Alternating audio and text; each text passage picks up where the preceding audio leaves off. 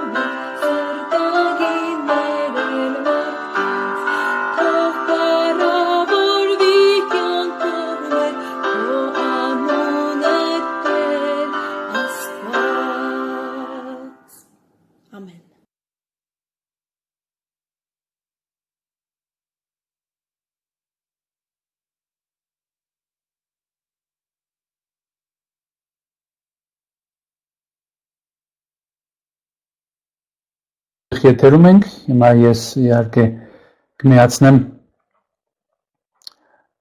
այն պրեզենտացիան ներկայացումը, որը մեզ այսօր անհրաժեշտ է, որպեսզի լուսապատկերները, սլայդները կարողանանք տեսնել, եւ կշարունակենք մեր նյութը, որը հիմնականում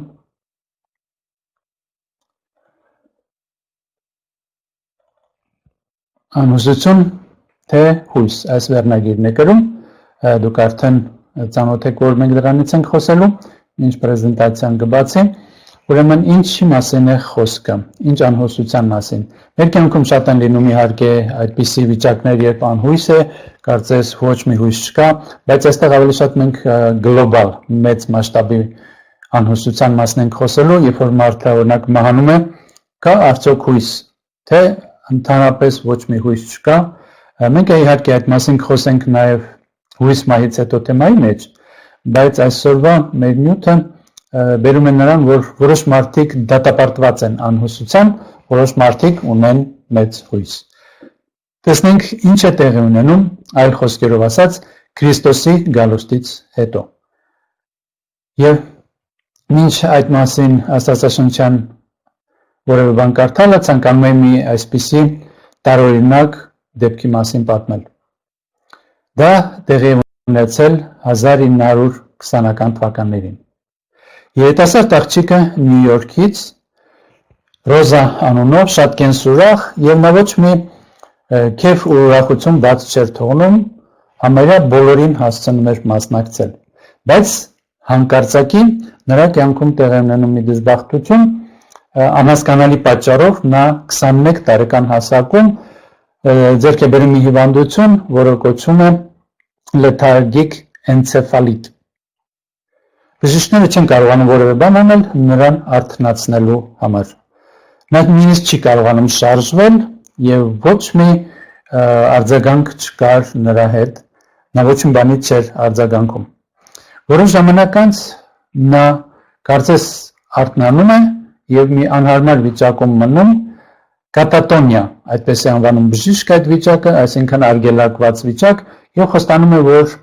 կանցնի այդ վիճակը, բայց միևնույն է նա շարունակում է այդ վիճակում մնալ, այնուհետև նա հայտնվում է նորից քնի մեջ։ Այդպիսի քնի մեջ հայտնված վիճակում նա գտնվում է 48 տարի։ 48 տարի նա գտնվում է կամ պառկած վիճակում, կամ հաշմանդամի սայլակի մեջ, իհարկե քնած վիճակում։ Եվ վերջապես բժիշկ Պավել Սարգսյանը 1969 թվականին իր հայտնաբերած դեղամիջոցը կիրառում է, որը կոչվում էր L-դոֆա, եւ Ռոզան արթնանում է։ Ռոզան արթնանում է եւ նրա աչքերը փայլում են, նա գիտակցում է, նա հաղորդակցվում է եւ էներգիայով լեցուն, բայց դժբախտաբար կարճ է տևում նրա այդ կյանքը եւ նա 69 տարեկան հասակում մահանում է։ Բժիշկները հետագայում դա անվանեցին հարություն, այսինքն մարդ, որը քնած էր եւ հարություն առավ եւ արթնացավ։ Աստվածաշունչը նույնպես այդպես է անվանում մարդու մահը, Քրիստոսը մարդու կյանքը մահը համեմատում է քնի հետ,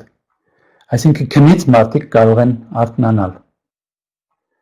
Եվ Աստվածաշունչում կարդում ենք. հույս ունեմ առ Աստված, ինչպես որ նրանք են ակնկալում, որ արդարների եւ մեղավորների հարություն է լինելու։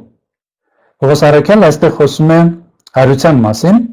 բայց նկատենք, որ նա երկու հարության մասին է խոսում, արդարների եւ մեղավորների։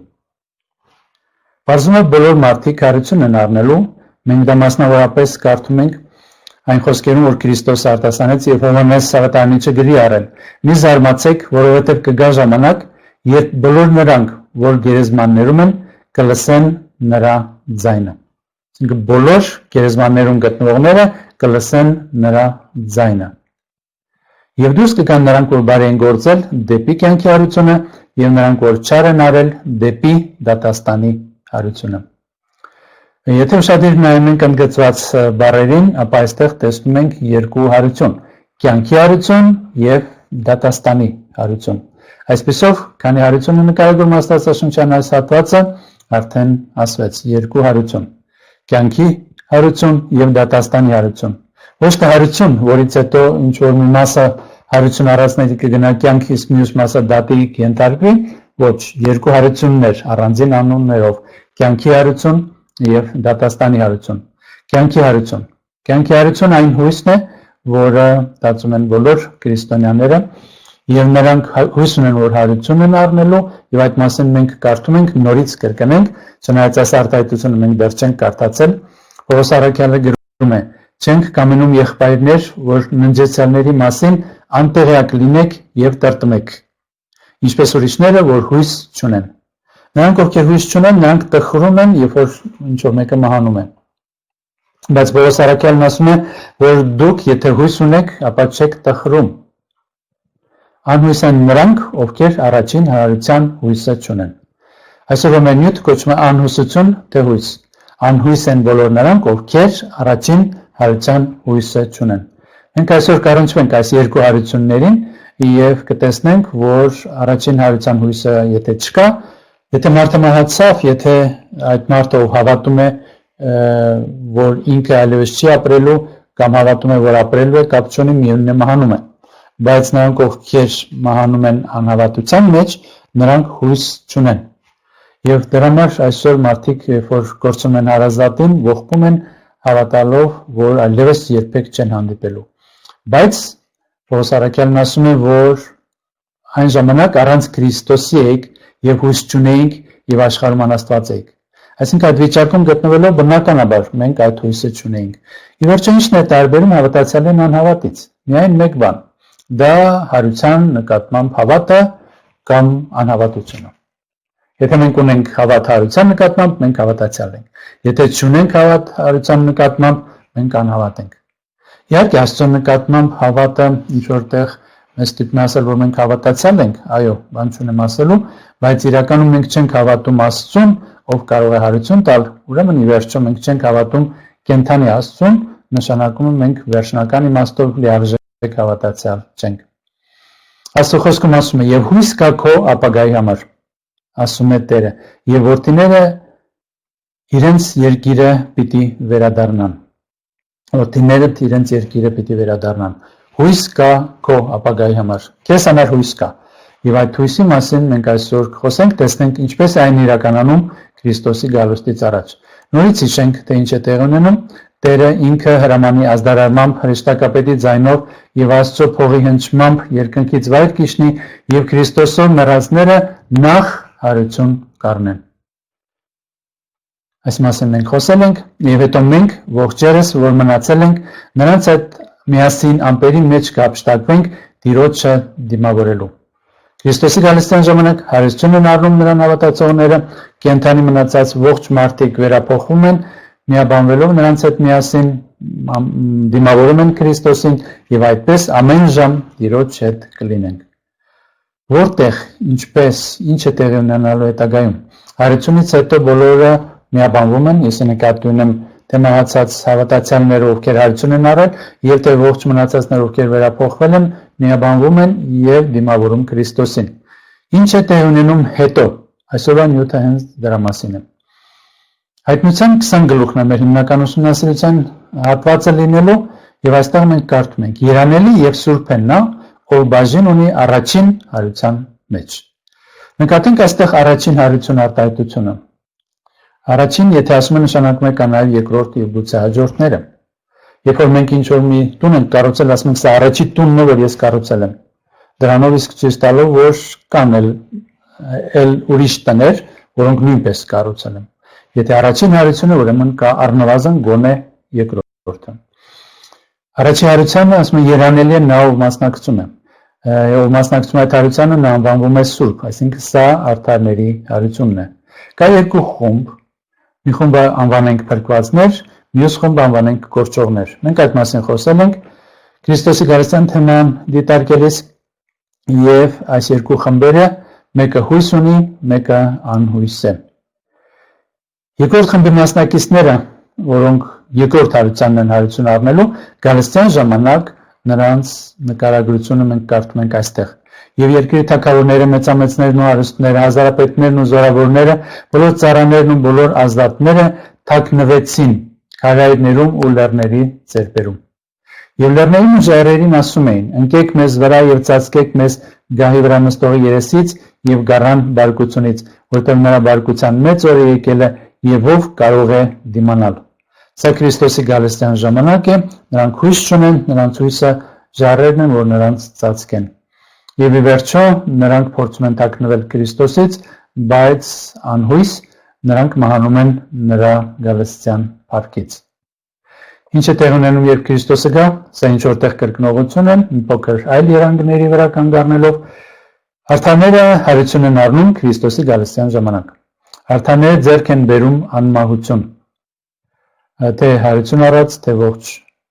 մնացած հարթարները ձեռք են բերում անմահություն։ Կենդանի ամբարիշտները մահանում են, նրանք ովքեր Քրիստոսի գալստյան ժամանակ կային, նրանք մահանում են։ Մահացած ամբարիշտները մնում են գերեզմանում։ Նրանք մինչ այդ մահացած են, այդպես էլ մնում են, ոչինչ նրանց հետ տեղի չի ունենում։ Արդարները գնում են երկինք։ Արդեն մենք սկսեցինք խոսել այն մասին, թե ինչ է տեղ ունենում արդարների հետ։ Բայց մինչ խոսենք երկնքում ինչով են զբաղվում եւ ուր են գնում արդարները, ինչպիսին է լինելու երկրի վիճակը Քրիստոսի գալուստից հետո։ Վերադառնում ենք հայտնության 20 գլուխ, տեսա երկնքից իջնող մի հրեշտակի, որ անդունդի բանալին ուներ եւ մի մեծ շղթա իր ձեռքին։ Նա բռնեց վիշապին, այն առաջին օծին, որ դևն է եւ սատանան, եւ 1000 տարով կապեց նրան։ Շարունակենք ընթերցումը։ Նրան գցեց անդունդը, փակեց ու վրան կնիք դրեց, որ այլևս ազգերին չմոլորեցնի, մինչև 1000 տարին լրանա։ Դրանից հետո նա մի փոքր ժամանակով պետք է արձակվի։ Այստեղ մենք տեսնում ենք, որ ինչ որ բան է տեղ ունենում երկրի հետ, եւ այստեղ երկու անգամ հանդիպեցինք անդունդ բառը եւ հանդիպեցինք հազարամյակ բառը։ Իհարկե հազարամյակ բառը որպես այդպեսին չկար, կար 1000 տարի արտահայտություն, որ նույն բանն է հայերենով հազարամյակ 1000 տարի,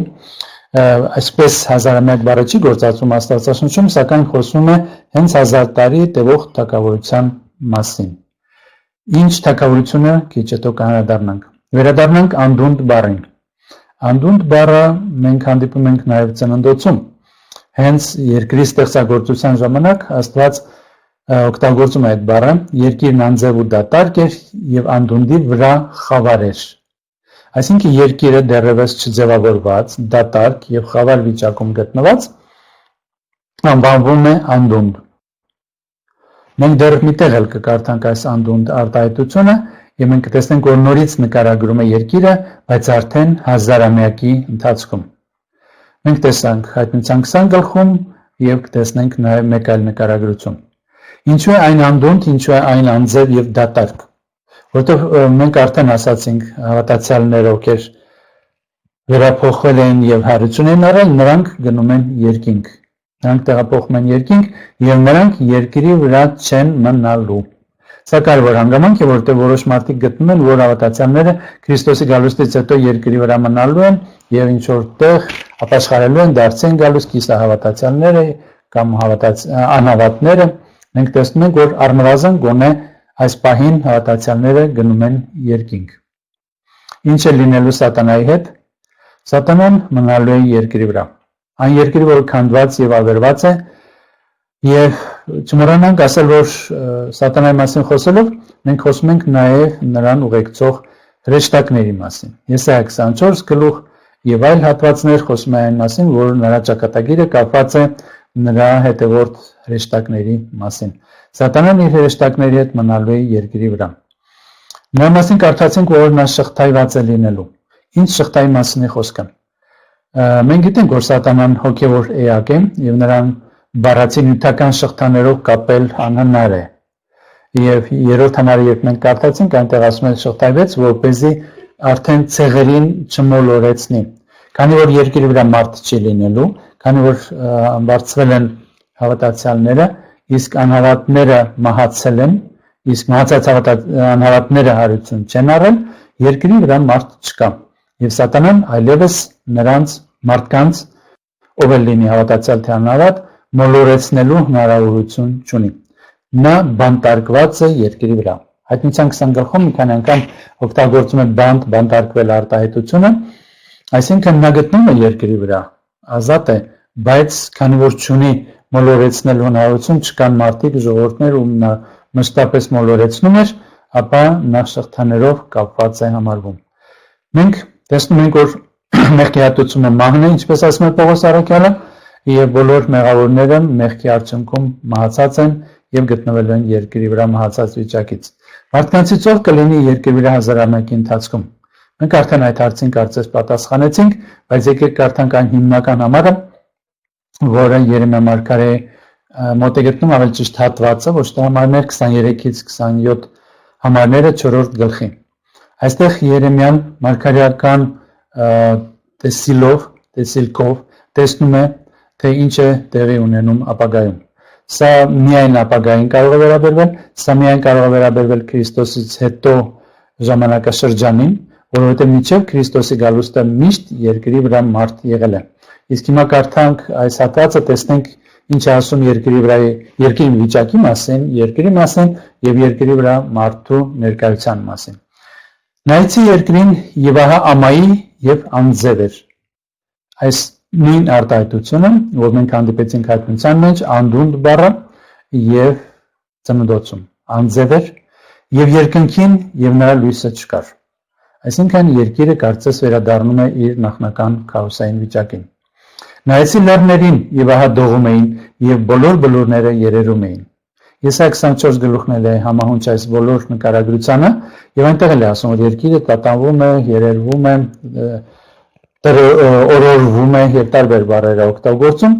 եւ սա իհարկե Քրիստոսի գալստյան ժամանակ այնուհետեւ այդ բոլորը անցնում է եւ ահա նայեցի եւ ահա մարդ չկար, երկնքի բոլոր թռչունները փախել էին։ Մարդ չկար, շատ կարևոր նախադասություն է։ Նույնիսկ Նոյի ժամանակ, երբ որ երկրի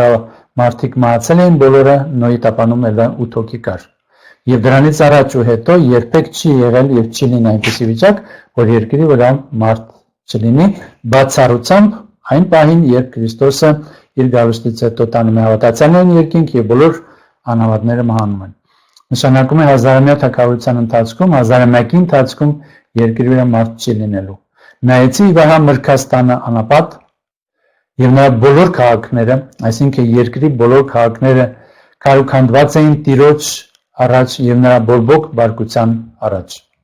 Որովհետեւ այսպես է ասում Տերը. ամբողջ երկիրն ամայի պիտի դառնա, բայց լիովին վերջ չեմ տալու։ Տեսեք, ինչքան մանրամասներ ունի Աստվածաշունչը, շատ հստակ նկարագրում է, թե ինչ է սպասում մեր երկրին։ Անհուսալի վիճակ, կարծես թե ամայի վիճակ, ոչինչ չկա եւ այդպես 1000 տարի։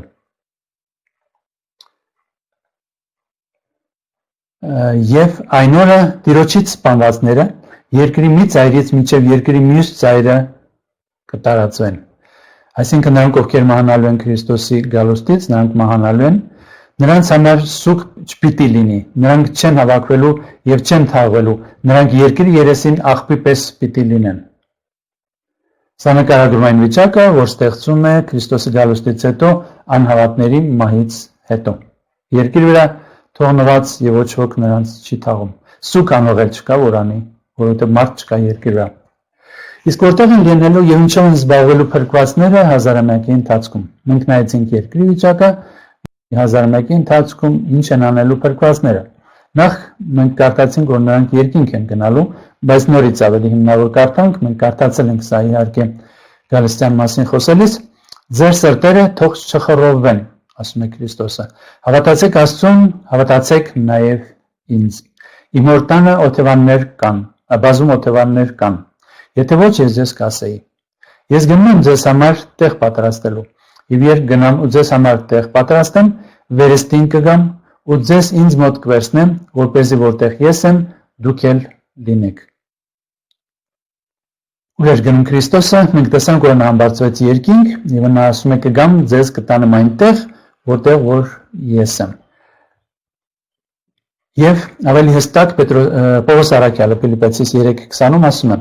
բայց մեր բնակությունը երկնքում է, այնտեղից սպասում ենք փրկչին Տեր Հիսուս Քրիստոսին։ Մեր բնակությունը որտեղ է? Երկնքում։ Եվ այս արտահայտությունը արդեն մեզ օգնում է հասկանալ, որ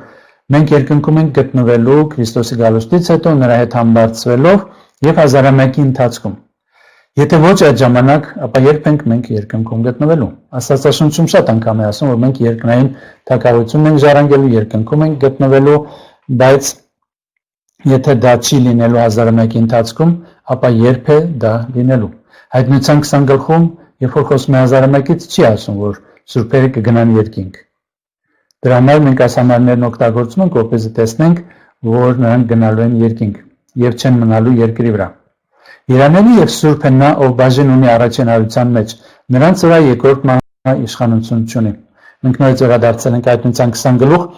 եւ նորից հիշեցինք, որ առաջին հարության մասնակիցները սուրբերն են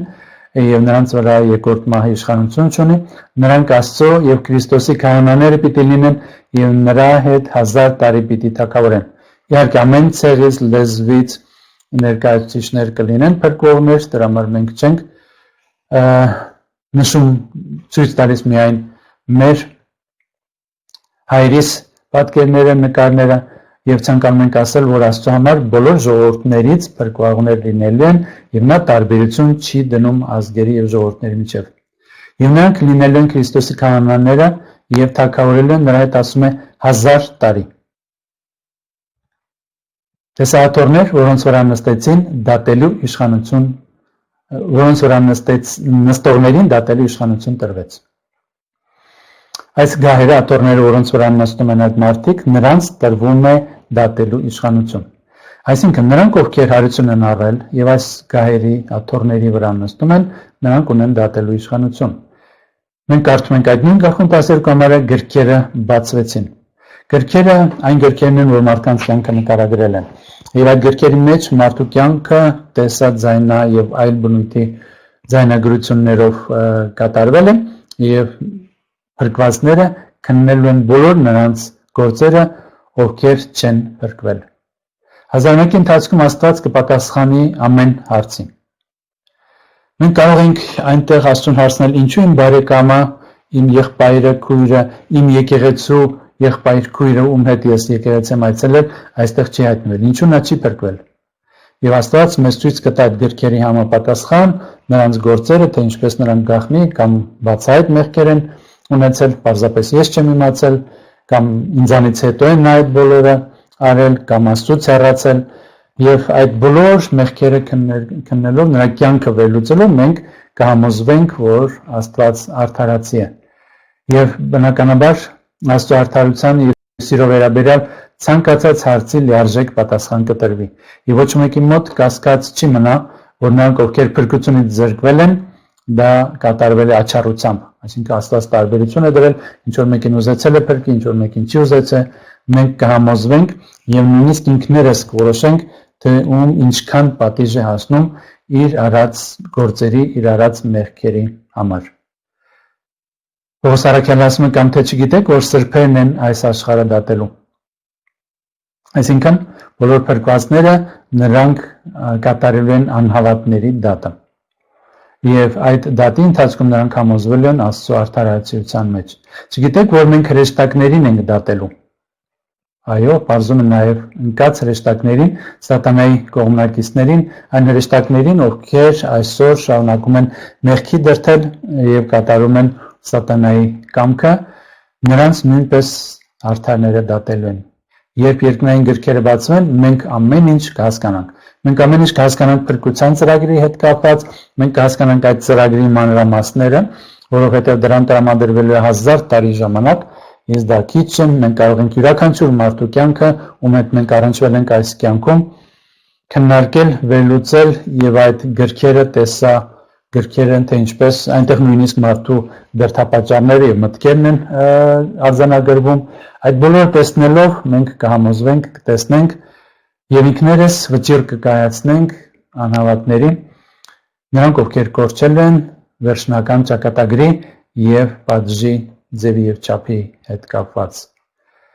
Իսկ ինչ իրադարձություններ են տեղի ունենում հազարամյակից հետո։ Եթե մենք փորձենք տեսնել, թե ինչպես է վերջանում հազարամյակը, մենք ունենք այսպիսի մի քանի կարևոր արտահայտություններ Աստվածաշնչում։ Մեղավորները հարություն են առնում։ Մենք ասացինք, որ երկու հարություն կա։ Արդարների հարությունը մենք տեսանք հազարամյակի սկզբում էր, իսկ հազարամյակի վերջում լինելու է մեղավորների հարությունը, որտեղից ենք մենք դա ենթադրում։ Հենց հայտնության 20 գլխից, որով ենք հիմա վերլուծում ենք, իսկ մնացած մեռելները չկենդանացան մինչև 1000 տարին լրանա։ Այսինքն հազարամյակի սկզբում հարություն առան հավատացյալները, իսկ մնացած մեռելները չկենդանացան։ Մնացած մեռելները մեղավորներն են, մինչև 1000 տարին լրանա։ Այսինքն ստացվում է, որ 1000 տարին լրանալուն պես նրանք հարություն կառնեն։ Այստեղ տրամբանական է այս նախադասությունը հասկանալու 1000 տարուց հետո պետք է դա տեղի ունենա։ Այսպիսով հազարամյակի սկիզբը նշանավորվում է հարությամբ, արդարների հարությամբ, կյանքի հարությամբ, հազարամյակի սկիզբը վերջը նշանավորվում է մեղավորների հարությամբ, որը անվանվում է դատաստանի հարություն։ Այնպես որ հազարամյակի սկիզբն ու վերջը հարություններն են շրջափակում։ Հազարամյակից հետո հարություն են առնում բոլոր մեղավորները, որոնց մասին ասված է, որոնց թիվը ծովի ավազի չափ է։ Երբ որ 1000 տարին լրանա, ուշադիր ենք, երբ որ 1000 տարին լրանա, այսինքն դրանից հետո, Սատանան իր բանտից պիտի արձակվի եւ պիտի դուրս գա, որ մոլորեցնի երկրի 4 անկյուններում գտնվող ազգերին։ Նկատենք, որ Սատանան իր բանտից դուրս է գալիս, մինչև այդ նա բանտարկված էր, նա շղթայված էր։ Ինչու է նա բանտից դուրս գալիս, որովհետև հայտնվում են ժողովուրդները, որովհետև հազարամյակից հետո երկրորդ հարությունն է տեղի ունենում եւ նրանք հայտնվում են իր տիրապետության տակ եւ նա նորից փորձում է մոլորեցնել երկրի 4 անկյուններում գտնվող ազգերին։ Այստեղ մի պահ ընդմիջարկենք։ Տեսա Սուրբ քաղաքը, նոր Երուսաղեմը, որ իջնում էր երկնքից Աստծու մոտից պատրաստված, ինչպես իր ամուսնու համար զարդարված մի հարս։ Նոր Երուսաղեմ, նոր քաղաք։ Սա ինչը մենք կարդացինք, որովհետև հազարամյակից հետո է այն իջնելու, եւ մենք տեսնում ենք, որ այդ հազարամյա թագավորության ընթացքում գտնվող երկնքում գտնվող հավատացյալները քաղաքի հետ միասին, Քրիստոսի եւ հրեշտակների հետ միասին վերադառնում են երկիր։ Եվ պիտի բարձրանան, սա մեղավորների մասն է խոսքը, երկրի լայնությամբ եւ պիտի շրջապատեն սուրբերի բանակն ու սիրելի քաղաքը։ Այս քաղաքի մասին հիշատակում մենք արեցինք, որպեսզի տեսնենք, որ այս նույն պահին երկնքից իջնում է Երուսաղեմը, նրա մեջ են մտնում սուրբերը եւ այդ քաղաքը գրավելու ցանկությամբ Սատանան եւ նրա կողմնակից ժողովուրդները ազգերը փորձում են գրավել։ Պիտի շրջապատեն սուրբերի բանակն ու սիրելի քաղաքը։ Բայց երկնքից կրակ իջավ ու լափեց նրանց։ Երբ որ Սատանան իր հրեշտակների եւ մեղավոր մարդկանց բոլոր այդ ազգերի ցեղերի ժողովուրդների հետ միասին գալիս են շրջապատում Երուսաղեմը, որը երկնքից իջել էր երկիր, նրանք փորձում են այն գրավել իրենց միամիտ պատկերացմամբ, որ կարող են գրավել եւ Քրիստոսի դեմ են պայքարում, երկնքից ասում է կրակ է իջնում եւ լափում նրանց։ Իհարկե Աստծո ներկայությունից նրանք մահանում են արդեն եւ այս կրակը նրանց այրում է եւ նրանք հայտնվում են կրակի լճում։ Ովքեր են դրանք։ 20 գլխում մանրամասներ է գրում նրանց մասին, տեսա մի սպիտակ մեծ գահ եւ նրա վրա նստողին։ Սա Աստծո գահն է, Աստված, որ երեսից երկինքն ու երկիրը փախան եւ նրանց համար տեղ չգտնվեց։ Եվ գահի առաջ կանգնած մեծ եւ փոքր մեռելներ տեսա։ Ինչպես են նրանք կանգնած։ Մեռելները իհարկե մահացած են, բայց նրանց գործերն են նրանց առջև, գրքերը բացվեցին եւ մի ուրիշ գիրք էլ բացվեց, որը կենաց գիրքը։ Եվ մեռելները դատեցին այս գրքերում գրվածի ըստ այդ գրքերում գրվածի իրենց գործերի համեմատ։ Այսինքն հազարամյակից հետո մենք տեսնում ենք, որ այդ գրված գործերի համապատասխան իրենք ստանում են իրենց հատուցումը։ Հազարամյակի ընթացքում կատարվում է քննական դատավերլուծումը, թողով ինչ արել եւ նրանց համար որոշվում է դատավճիռը։ Իսկ հազարամյակից հետո այդ դատավճիռը արդեն Աստծո կողմից կատար է ածվում։ Եվ տեսան նոր երկինք և նոր երկիր։ Այսինքն այն կրակը, որ այրում է հին երկիրը, մեղավորներին, սատանային և նրա հրեշտակներին, նա այրում է նաև երկիրը, և այդ երկիրը վերանորոգվում է։ Աստված նոր երկինք և նոր երկիր է ստեղծում։ Դեպքերի հազարամյակից հետո ամփոփենք։ Քրիստոսը, սուրբերը և քաղաքը իջնում են։ Մեղավորները հարություն են առնում Քրիստոսի միջոցով, սատանան արձակվում է իր բանտից, որտեղ արդեն մեղավորները կենդանի են։ Տեղի ունենում վերջին դատաստանը, այսինքն Աստծուց կրակ է իջնում, սատանան և մեղավորները ոչնչանում են, և այդ կրակից երկիրը այրվում, մաքրվում և նորոգվում է։ Այս ամենը տեղի ունենում հազարամյակից հետո։ Եվ անհույս է իհարկե նրանց համար, ովքեր այսօր չեն հավատում Քրիստոսին, որովհետև նրանց այդպիսի ճակատագիր է սպասում, որի մասին մենք խոսեցինք։ Այսինքն կրակը կլափի և կսպառի նրանց։ Ինչ տեղի կունենա նրանց հետ այդ կրակի մեջ, դրա մասին մենք մյուս անգամ կխոսենք, իսկ հիմա լավագույն հույսը։ Ո՞րն է այդ լավագույն հույսը։ Տեսան նոր երկինք և նոր երկինք, որտեղ առաջի երկինքն ու երկիրն անցան և այլևս ծով չկա։ Ահա այն բառերը, որոնցով նկարագրում է, թե ինչպես է նոր երկինքը, նոր երկիրը ստեղծվելու և ինչպիսի տեսք այն կունենա, իհարկե մեր մոտավոր պատկերացմամբ,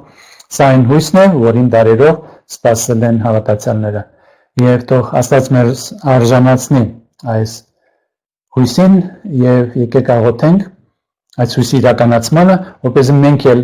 հազարամյակի ընթացքում լինենք Քրիստոսի հետ, թագավորենք նրա հետ, հազարամյակից հետո էլ լինենք հավիտենական կյանքում նոր երկրում։ Եվ այդ նոր երկրի մասին իհարկե մենք կանցնենք նյութը, կտեսնենք ինչպիսին է այն։ Եկեք աղոթենք, որպեսզի այս մեծ հույսով մենք կարողանանք ապրել և արժանանանք այս առաջին հարությանը, ինչպես ասում էր երանելի է նա, ով առաջին հարությանը մասնակցում է, և սուրբ լինելով հանդերձ մասնակցենք այդ հարությանը։ Աղոթենք։ Մեր երկնավոր Հայր, մենք տեսանք ինչ է սպասվում քո գալուստից հետո, և անհույս չի մեր վիճակը, ինչպիսին էլ այն լինի, և մենք գիտենք, որ մեծ հույս կա, որ քո գալուստից հետո դու քո հետևորդներին կտանես երկինք 1000 տարով, որտեղ դատը տեղի կունենա, և որից հետո վերադառնալով երկիր, այս երկիրը կնորոգես և այդ երկրի վրա կապրեն փրկվածները։ Օգնի, որպեսզի մենք այդ հույսով ապրելով արժանանանք այդ հավիտենական կյանքին և շատերի համար եմ խնդրում, ովքեր այդ հույսը չունեն, որպեսզի նրանք էլ կարողանան ձեռք բերել այդ հույսը։ Խնդրում ենք այս ամենը Որդուդ Հիսուսի անունով, ամեն։ Այսպիսով մեր հաջորդ նյութը կլինի հույս մահից հետո։ Ինչ է տեղի ունենում մարդու հետ։ Հույս կա արդյոք մահից հետո։ Ինչ տեղի կունենա նրանց հետ, ովքեր կհայտնվեն այդ կրակի լճում։ Այդ մասին կլինի մեր հաջորդ հաղորդումը, հանդիպումը։ Իհարկե նորից դրականը այդ ամենի մեջ կարող ենք նկատել։ Իսկ հիմա ես ձեզ հրաժեշտ եմ տալիս այն ցանկությամբ հույսով, որ մենք կհանդիպենք հաջորդ հանդիպմանը և կշարունակենք մեր ուսումնասիրությունները։ Աստծո խաղաղությունը և հույսը թող բոլորիս հետ լինի։ Ամեն։